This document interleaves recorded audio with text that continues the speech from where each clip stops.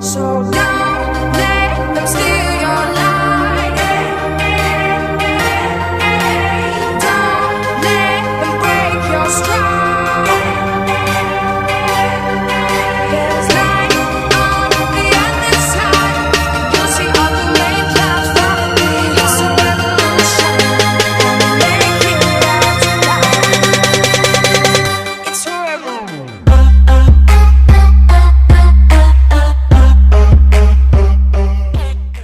Hi everyone, welcome back to Women in Athletics. Today with me I have Leigh Anderson. So after coming off a professional tour being a principal skater, Amber spent some time being a figure skating choreographer when suddenly she was sidelined with a chronic illness.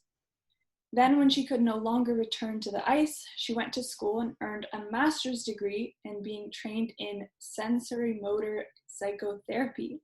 She is now a licensed professional clinical counselor and specializes in trauma, eating disorders, anxiety, and depression. So thank you so much for joining me today. Thanks for having me. Super excited to be here. Yeah, so let's hear a little bit about your story and how you originally even got started with figure skating. Well, funny thing in that is my mom actually signed me up, thinking that it would be a cheap activity, right? like the 6-week skate with us or skate school thing. Yeah.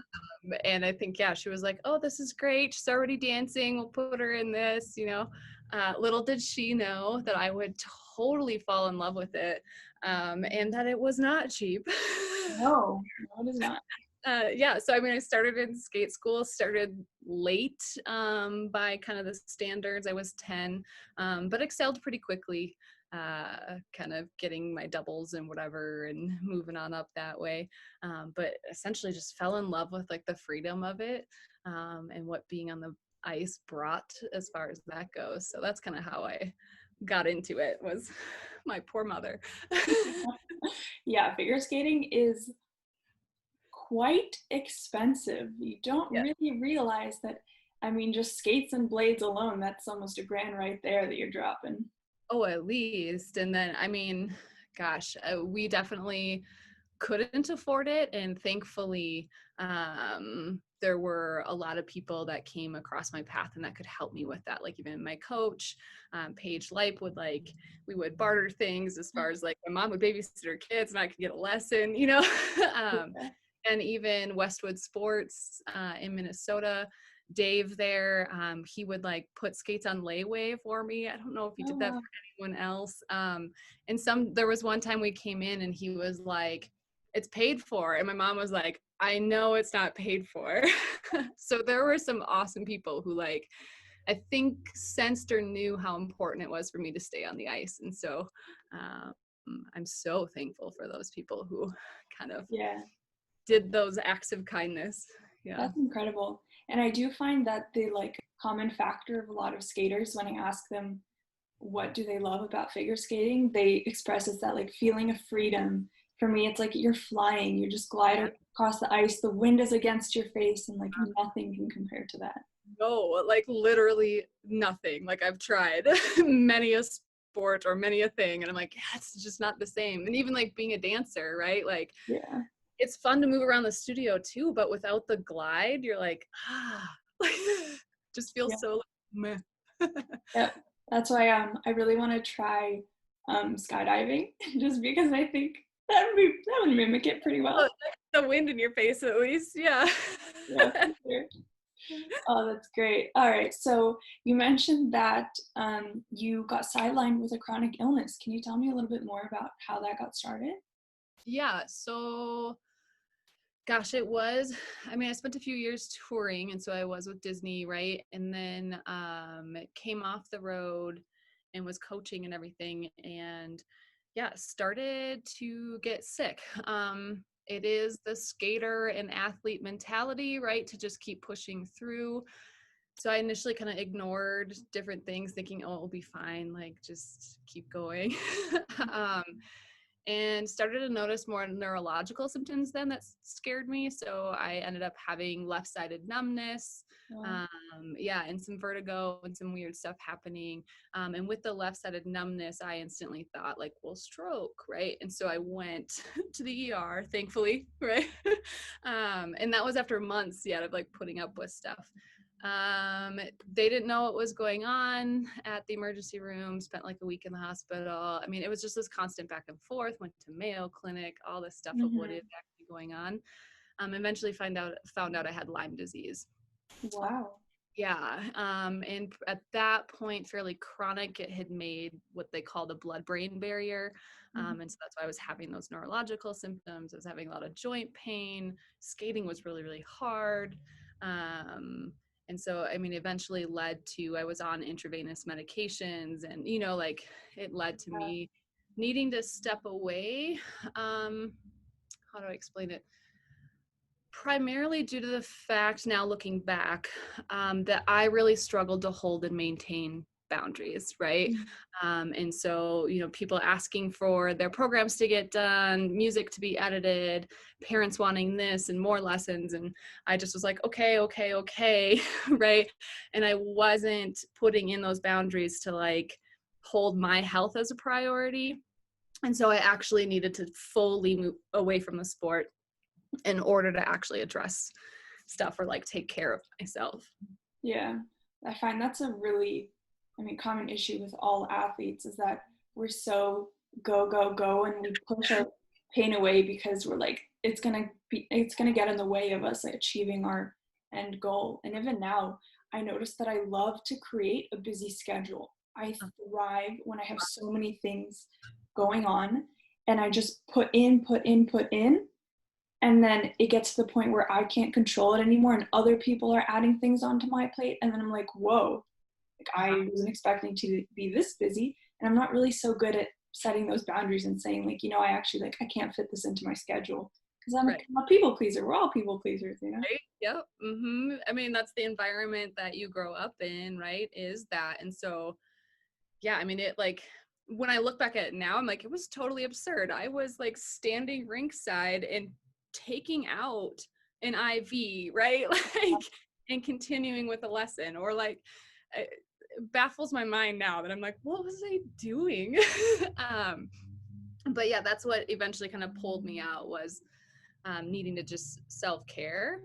And thankfully at the time I had a doctor who was very holistic, and essentially recognized like, hey, Amber, you're not actually going to heal from this unless you take a look at your childhood trauma.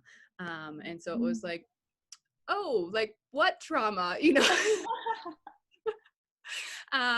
but I wanted so badly to get back on the ice, or I wanted so badly to have that freedom again. When you get that taken away, like, it's so difficult. And so I was like, well, okay, like, what do I need to do? So I had to go to therapy, right? And at the time I was someone who would have made fun of it, right? And called it psychobabble and, uh, but then there I found myself on the couch, right? But essentially from that, discovered that the psychobabble works, and very powerfully, and healed from some of my childhood trauma, and then was able, like with that, like able to heal from the physical, Interesting. in remission with Lyme disease. Wow. In that work, like there's all these really cool studies, Yeah. even about like as you learn how to put in emotional boundaries and that sort of thing, that your body follows suit, and starts to actually fight illnesses and that sort of thing as well, and learns to like hold boundaries too. It's called amoebic cell theory if you ever want to look it up. It's really, really cool. That's awesome. Well, I'm glad that you're in remission now and feeling better. And that's definitely that holistic health approach is something I'm really trying to implement into my life now, because I do notice that since I'm not as athletic as I was before, my body is changing and I'm facing like a couple issues that I didn't have before. And I don't want to just continue on that path of going to see doctors that might prescribe, medications for my symptoms. I really want to get down into that deep, what is the root cause of the problem and how can I heal like my body, my mind, everything together so that I function more as a unit, because it relates to anything in like sport. Your body is one giant mechanism, and if one thing is off, the whole system is going to have a tumble effect. So that's why it's so important for athletes to, you know, see a sports psychologist, see a nutritionist, a strength and conditioning coach, a physical therapist, in addition to their on ice coach, because even if one part of the body is not synchronized with the other, it can set your whole game off in a way that maybe you don't even understand. Oh, totally. Yeah. And just even like the aspect too of like emotions, right? And how if we keep holding those in, which is what we're kind of taught on the ice, right? Like those don't have a place here, that gets all wonky in our bodies and ends up creating tension and ends up like it's gonna show up somehow, because emotions are energy that need to move their way out, right, of the body. And so if we're constantly shoving those down, it's going to show up somewhere. And it might show up in like weird wonky technique. And it also may show up in injury, right? Like if we're constantly doing that and, you know, constantly holding tension somewhere and then trying to do the random stuff we try to do. So Yes. holistic, I'm a big advocate of that. I took a sport and exercise psychology class last semester, and we touched on that, how psychology goes deeper than just the mental state. Like you can have increased muscle tension, especially when you're nervous at a competition, you have that increased anxiety level, and how it's important to deal with your emotions because it'll reflect your performance, because your muscles are going to be stiff, you're going to be looking around, and then you're not going to be truly in that relaxed state to give your best performance. Oh yeah, you're totally in an animal defense. You're in a fight, flight, freeze, submit, or attachment cry, right? Like, mm-hmm. Absolutely. So what was it about seeing that psychologist you mentioned? What was it that really resonated with you that made you feel like this is something I want to pursue? Mm-hmm. I mean, I think, right, like my own experience of going, oh, like I feel so much healthier, like grounded, and I've never had this experience, right? So that aspect. The other aspect was the modality that she used was sensory motor psychotherapy, which is a body-based talk therapy.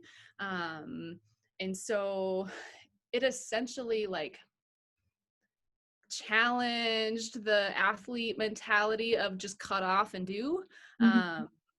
But what's interesting with athletes, right, is like there is that sense of cut off and do it, don't feel pain, get through it, you'll be fine. But there's also a highly attuned of I know exactly where everything is at all times. Like, so it's this weird dichotomy of like I cut off, but yet I know what everything's doing. And so sensory motor really helped with that, of building trust in my body and what my body was actually telling me, and like reconnecting that again in a healthy way, of just noticing like, oh, like I'm presenting as if I'm totally fine, right, because I've been trained to do that. Yeah. But yet my leg is like totally bouncing and something's, you know, like, so my anxiety is channeled in here, but like but I present totally cool. And so like just noticing those discrepancies and incongruencies and getting them all to kind of integrate and become a more holistic kind of solid person is what it did for me. I was like, oh my gosh, like this actually works, and then it makes so much sense. Yeah. So That's the interesting thing about competitions, because I used to, when I was a lower level athlete, I'd look at the top skaters and I was like, wow, they look so confident. They're stepping on the ice, no big deal. And then when I got to that level, I was like, everyone's pretty terrified. Like, everyone looks cool on the outside, but like you got some people like throwing up in the trash cans. I was the like chronic crier. Like I would just start like my emotions bottled up so much for me that I just like sometimes would just cry. Like it would just have to release somehow. And it's like, it's incredible what we push our bodies to do for those like 4 minutes where it's like game changing. Right. And that aspect of like, if you really think about it, right, you're getting out on this 200, feet sheet of ice by yourself, like, or with a partner, right, in front of all these people, but in front of like a panel of judges whose their job is to judge you. Like, there's a reason why like public speaking is like one of the number one fears, Like, and so we're asking ourselves to go out there and essentially like publicly speak with our bodies in a way, or with our talent, or with our athletic ability. But our brains are going to a place of like that animal defense again, of a fight, a flight, a freeze, an attachment cry, or a submit.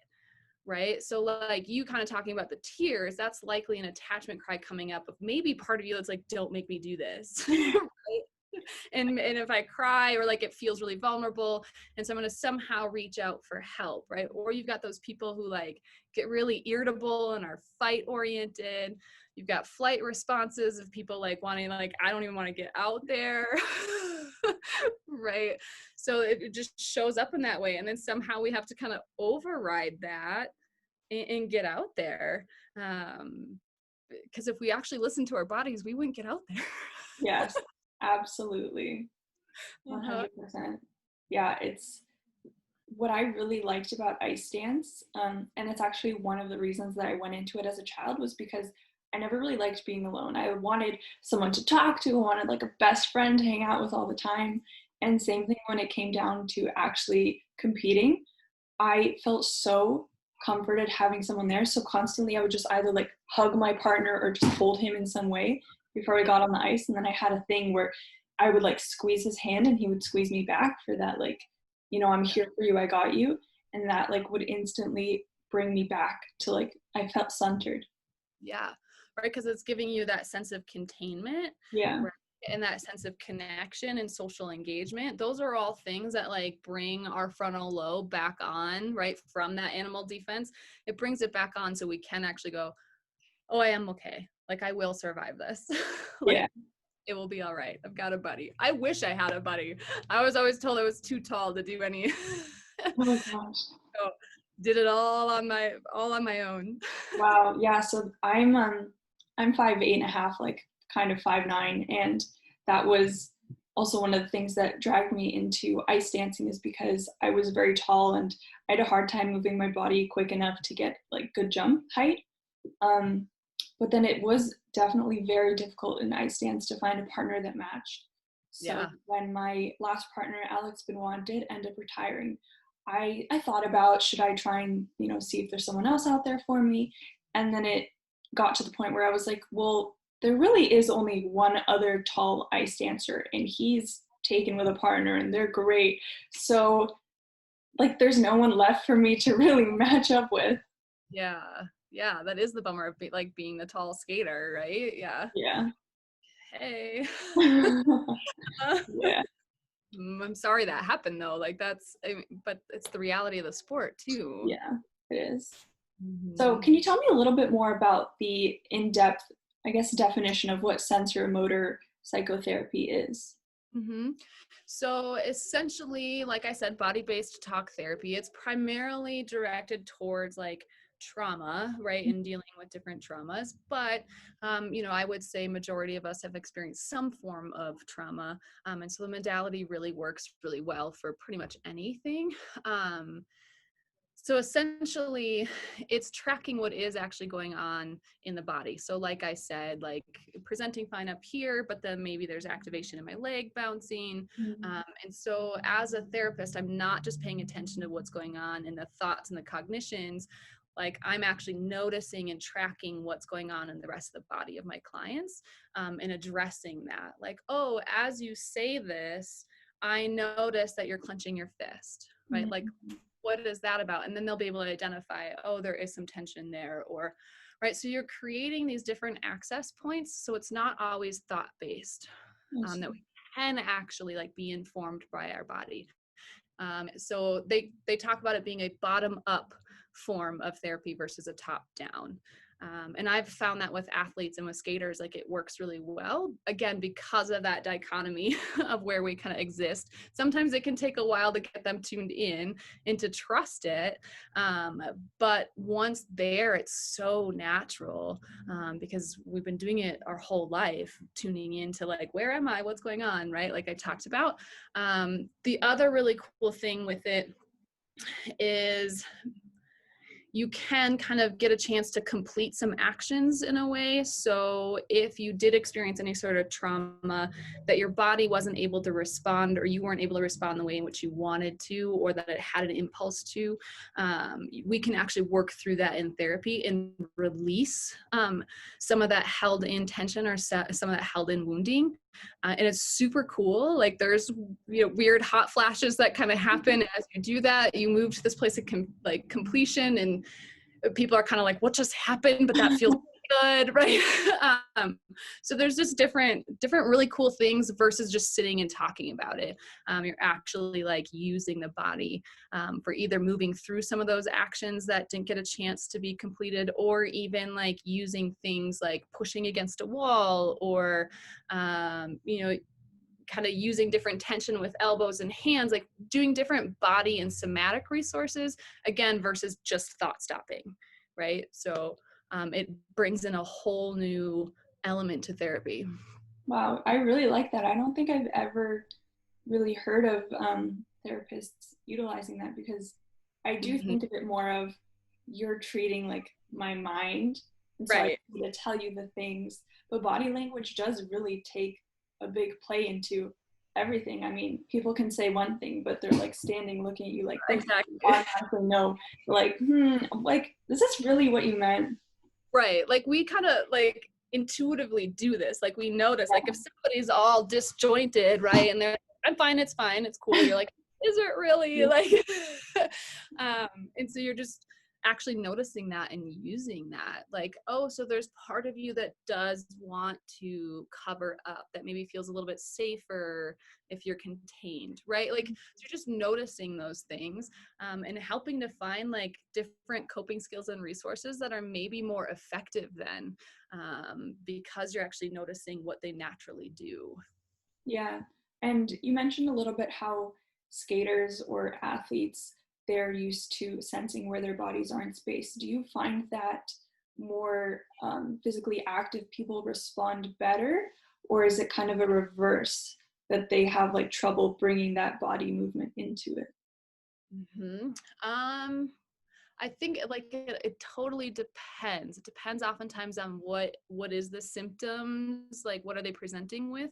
Um, I find, with eating disorders in particular, it's really hard to get them to connect to their body, and they can't tolerate a whole lot with that too, because they've essentially kind of made their body an enemy or feel betrayed by it. And so there's, oftentimes where that connection can just take a lot longer.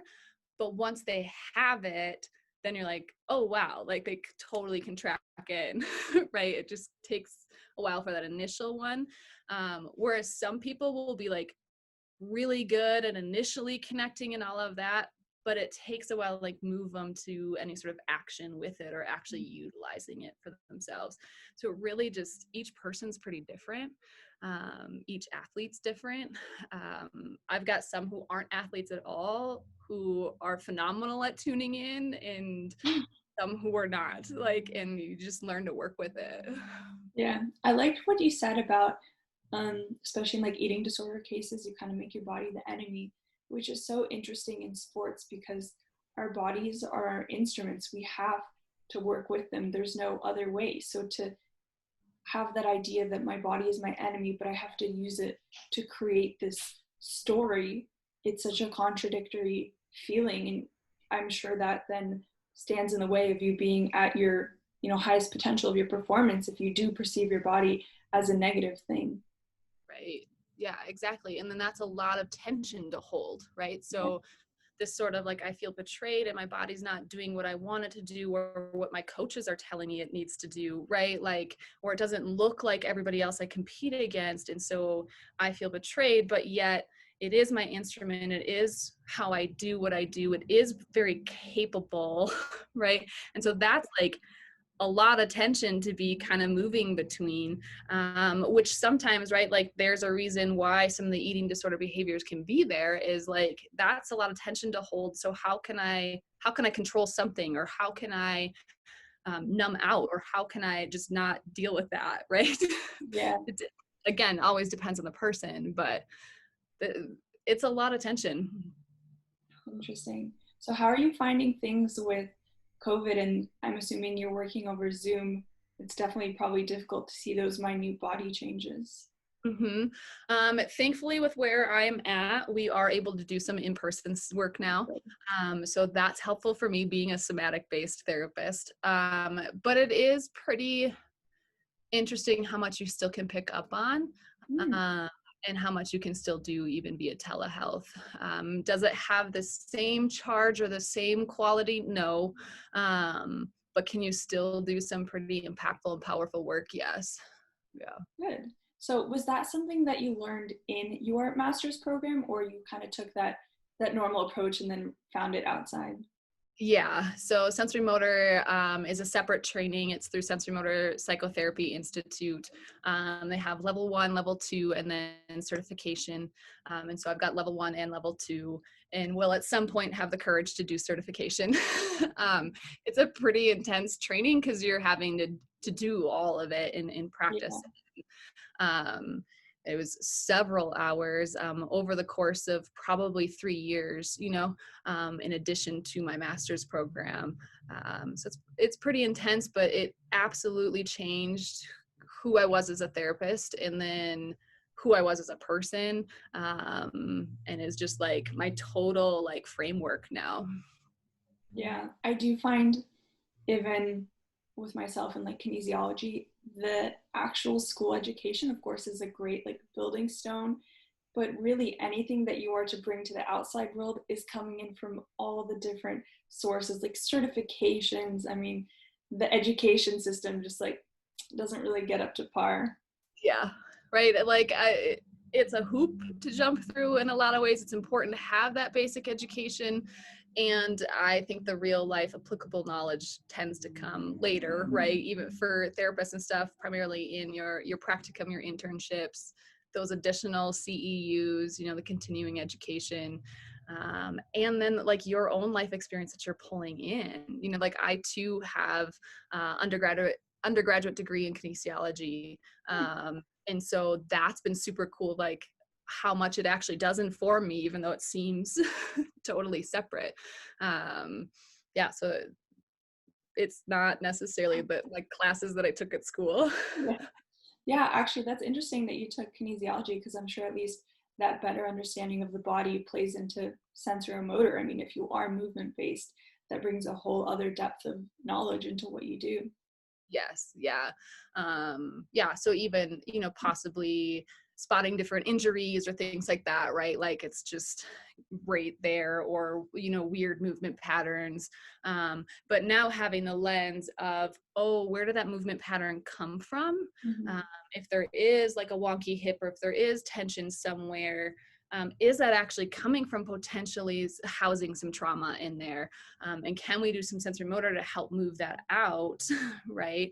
Because we tend to house fear in our hips, right? And so is there a way that we can move that out so maybe that injury, or like maybe it subsides a bit on the ice, because perhaps there's tension there from oftentimes, to kind of go a different route, like oftentimes women who have been sexually abused or sexually assaulted, right, have kind of a pulling in or want to constantly keep their hips closed and tight, Yeah. right? That can lead to a ton of different things, right? You using even your kinesiology, right, knowledge. And so if you're skating on top of that, if you're doing some sort of athletic performance on top of always doing that, it's going to create injury. And so it's just being able to treat that, like we've talked about, from that holistic perspective of, okay, is there some trauma there we can move out and be able to relax some of those muscles, so that then you can perform a little better, or just live life better, right? I I feel like I'm mind blown. Like that is so interesting, and I love that. I love because a lot, I'm sure what everyone really thinks when they think of psychologists, counselors, is that you're just treating the mind. But like, yeah, like we talked about before, your whole body experiences tension when you're in a state of like arousal, anxiety, and that can too lead to injury. So it's just so interesting to that you can heal your body through healing your mind together, not just go to a physical therapist or someone just to manually work on you when you're not really dealing with the root cause of the problem. Yeah. Right. So an example is, so in my history, like I do have sexual abuse in my history. And so a double sow cow, right? Like that passing through of that foot, right? Anytime my hip would close or would have to try to pass through, I'd get stuck. I had like the world's worst double sow. Like it's like itty bitty. It didn't match any of my other jumps, right? Like I would just always get stuck. And it wasn't until later in life, right, when I do have those memories surface and I work on trauma and I work on all of that, that I'm like, oh my gosh, that's what would happen. And so now as an adult skater, right, like I can do a perfectly fine double sow, not getting stuck because I've worked through that. My body knows that, like, oh, like we don't need to guard that. Like it's okay to move through. And so it's just interesting. I couldn't do a spiral to save my life too, because the same kind of thing, my hips wouldn't allow for it. Now would I be able to? Maybe if I stretched more, but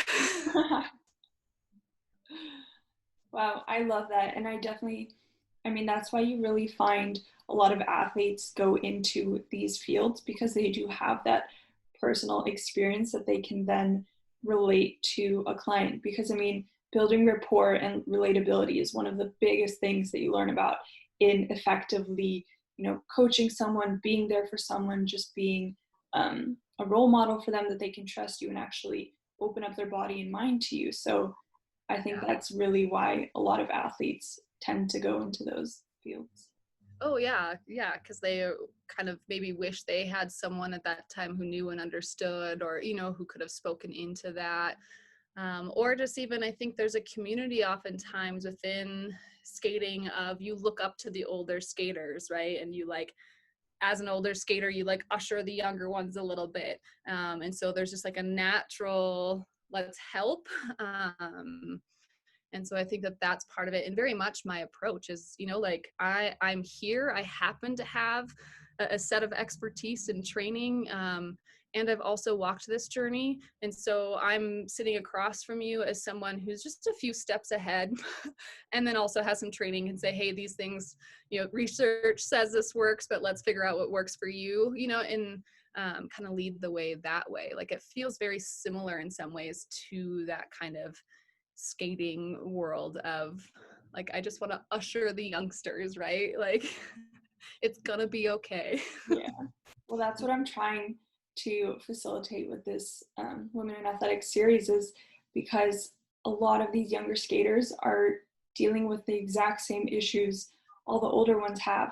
But the things that, I'm talking about in this series are not ones that are often put out into the world. Yep. And a lot of times it can either be in fear of maybe US figure skating, fear of yourself, how other people are going to perceive you, knowing that others like know your weaknesses, when in fact it's just helping along. Maybe if you didn't get that help early on enough, the younger generations can now see like this incredible athlete that I look up to is not only an incredible skater, but they are dealing with this, and this is how they're doing it, and this is maybe how it didn't help them, how it did help them, and maybe I can pick at different things in order to help myself be as good as them, even better, accomplish my goals. Yeah, definitely. And there's like such a movement now, I feel like, with Gracie Gold speaking out, with Amber Glenn naming her stuff, right? And like there is more of this generation kind of okay with naming their mental health, breaking that stigma, Yeah. speaking to some of those things, you doing this, right? Like there is a movement there. And then, yeah, is it time to get US figure skating to listen a little bit more? Yes. I've been in conversations with them as well. And I think there is, I think there's acknowledgement. I think there is movement there. I find myself hopeful. And I think it's a delicate balance too, of recognizing the toxicity, naming what does go on in the sport, speaking it out, giving it voice, and also holding like, it's a really cool sport. Like, like you learn a lot from it, and there is nothing like the ice, right? And so even for people who maybe have experienced the toxic parts and have had to leave the sport with some maybe bitterness or hurt or wounding, that I would love, right, if they could someday come back to the ice with that sense of like, no, it did bring me joy. Like I did fall in love with this at one point. And so that balance of holding that, like, yep, there's definitely some toxicity and we need to be talking about it. And there's nothing like skating around the rink as fast as you can to like your favorite music, or, you know, like there's just, yeah. So holding both the love and the kind of suffering that can be in it. Yeah, and I'm definitely trying to point out some of those things that maybe US figure skating is doing that I don't feel like they're reaching that level that athletes need them to be at. But at the Mm-hmm. same time, I'm maybe not so good with my wording. I'm not just trying to like bash down on US figure skating and say that everything they do is bad. I mean, they do some incredible things. They do have seminars. They do give resources. I saw my nutritionist for free, my sports psychologist for free. There was a lot, but I think that it can be done better. And same with my coaches. My coaches are incredible. I could have never accomplished what I did without them. I love them. I appreciate them. But I just think there's something that we can all do better. And that's not really a bad thing. We as human beings strive to constantly keep improving. I mean, what is it to stay like I'm stagnant? I'm not improving myself. I'm just going to get to this level and I'm going to stay here. I mean, that is not, I don't see how that will help fulfill anyone in their life. So it's just trying to bring these things to attention and say, hey, you're doing great, but let's do better. Let's keep striving to get to that top and then keep going even more. Can you hear the skater in you? Yes. Okay. Right, because that is what happens in the sport. There's this pursuit of mastery, right? Like, well, it was good, but it can be better, right? So of course, as you find a passion, right, and as we all find this passion of like wanting to speak in and make the sport healthier, there's going to be this, but it could be so much better. Like they could improve so much, right? And that's part of the athlete mentality too, right? Is that sense, because really, like for you, you may not feel fulfilled if I just get to this level and hang out there.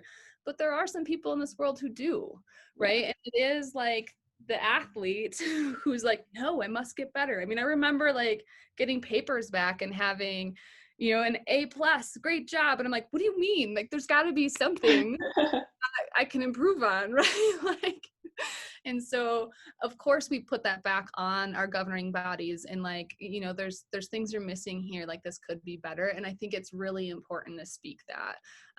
So in no way do I think that you're doing that. I just think it has a tendency to happen, right? That in efforts to speak out of what is wrong, you know, we focus so much on that we're not naming here's what's good. Yeah, Right. It's absolutely. the same sort of thing in treatment. Like we oftentimes focus in on what are the symptoms, what are the problems, but we also have to look at like, well, what are you doing well and what's serving you well, right? So the same aspect when we kind of look at how do we create change in the sport. Yeah, absolutely. And I think it's definitely difficult when, you know, governing bodies, coaches, you're responsible for essentially other people's lives. I mean, other people's well-being and health. So at the same time, you can't not only think about yourself, you have to think about what's better for the people that I'm working with and how can I improve their lives, because essentially optimal performance, optimal health, those come hand in hand. You can't just strive for optimal performance and then be like, don't eat any protein, you know, don't eat any carbs, practice this many hours a day, you're probably going to be burnt out, but whatever. No, it has to be an equal balance.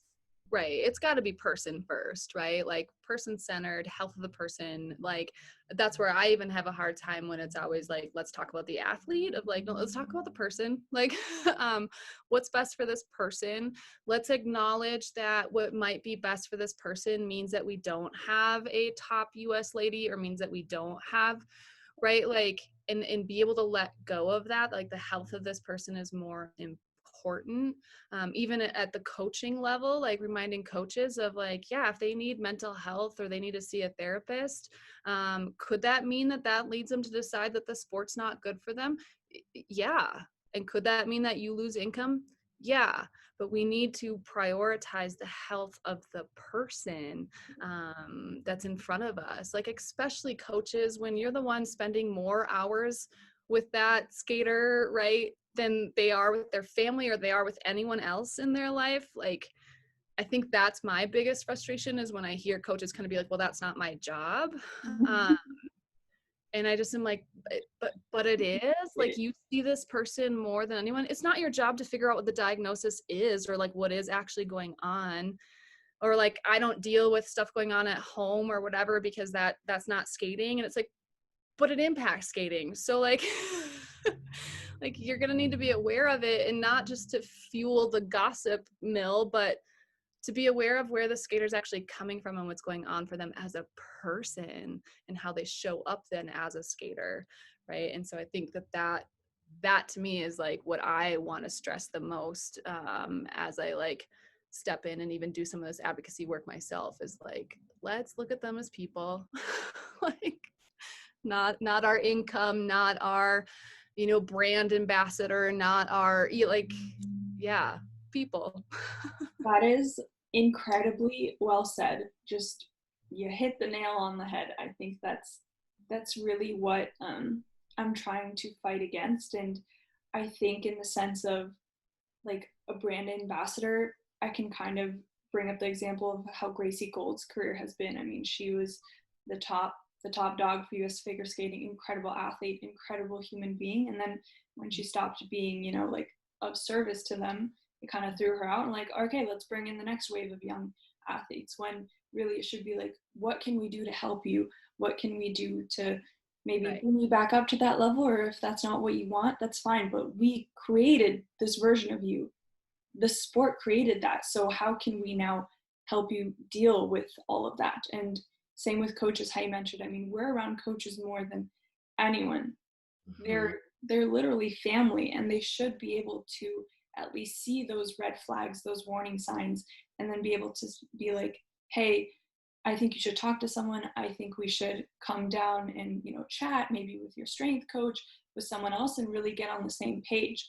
But there really isn't that. The coach is just like, I'm here to train you on the ice, and it's up to you to do your own thing. Or rarely the coach connects with those outside sources to come together. It's kind of like, well, either they can contact me, or you can tell me and you can tell them. So there isn't really that like unity. Right. Which that's exactly what anyone kind of dealing with mental health, or anyone, like, they need that sense of that team.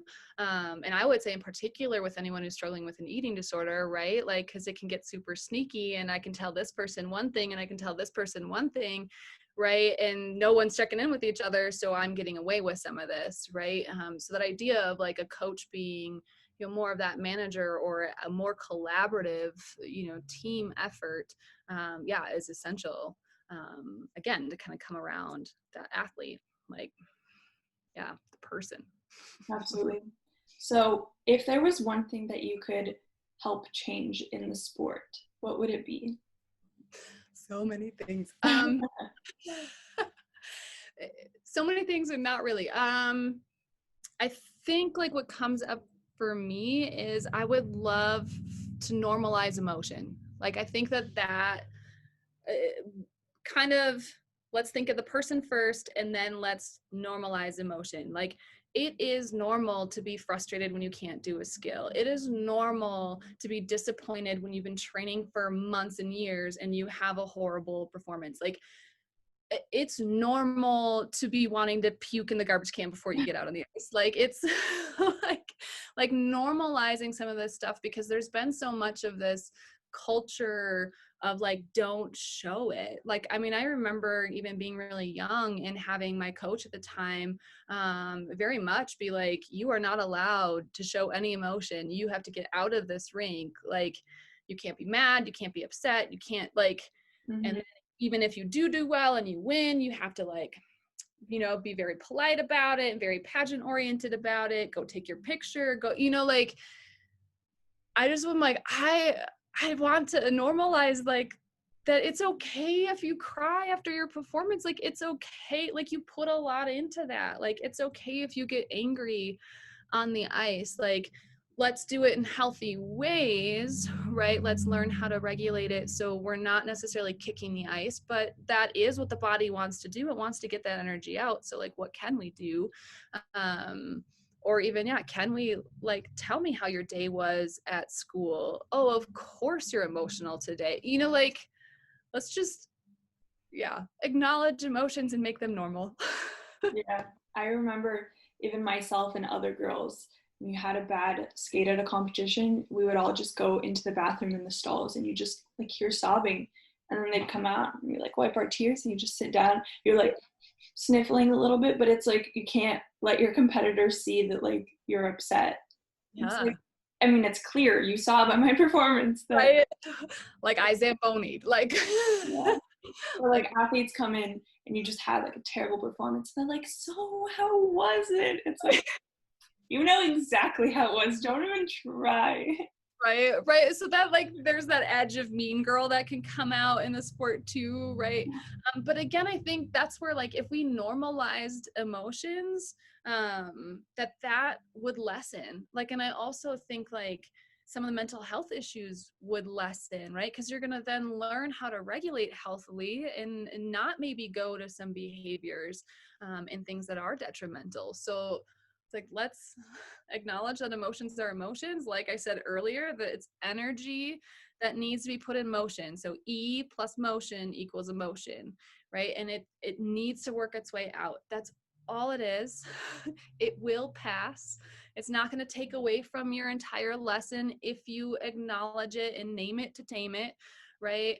Where so oftentimes coaches will just like try to shove it aside, and then they're wondering for 45 minutes why this lesson is going horribly and they're popping or they're not coming back to me or whatever. Well, if we named what was going on, you might have a more productive lesson. Like, I don't know, like, normalize emotions. Absolutely. I remember when I was really young, whenever I was upset on the ice, I would go to the bathroom and I would take a bunch of paper towels and I just ripped the paper towels because like I knew I couldn't scream. I knew I couldn't like get my emotion out any other way, but I like felt like I had to like rip something. Like I'm so angry right now, like I'm just gonna like tear all these paper towels up. Right. And that's actually super creative and awesome. Like, you figured out a way to do that where I'm not, making my coaches upset or other skaters or whatever, but I'm understanding that my body just it needs something to get it out. And you're doing it in a way that's not hurting yourself or other people, right? Like, that's actually pretty brilliant. Well, I'm glad. So what would be some advice you would have to some athletes that are watching this video and maybe resonating with what we're talking about? I think my biggest kind of, I don't know, advice all the time, or like, what would I say, is trust your gut. I think that that's something often in athletics we ignore because of defaulting to authority or defaulting to coaches, that we kind of don't trust our own take or our own analysis or something, or right, like we get told you're fine, do it again, or there's just this constant override of our gut, and I think it's tuning into that. If you have a sense for something's not right here, but nobody on my team's responding, trust your gut, right? Like, if you are kind of noticing even in school or different things like that, like, I have way more energy, like I'm bouncing around way more than other people are. Like, maybe I do have some anxiety. Like, trust what you're picking up. Trust that kind of thought of, something seems off or something seems different. That would be my main one, to trust that. And then know that if you need therapy, therapists, some of them are cool. So on my Women in Athletics page, I have a tab for different resources. And Mhm. would you mind if I put your contact information for athletes to reach out to you if they, Oh, no, like what you were saying? I would love it. Yeah. And then I am here in Colorado Springs. And so I am quite close to the Olympic Training Center. If there's anyone in this area or just anywhere in Colorado, I am licensed here in Colorado. I'm also licensed in Minnesota. And so for Colorado, Minnesota people, I could do insurance or that sort of thing too. But as far as other skaters that maybe aren't in those areas, I'm totally available for consultation, or just checking in on. It could possibly do some life coaching type stuff that way.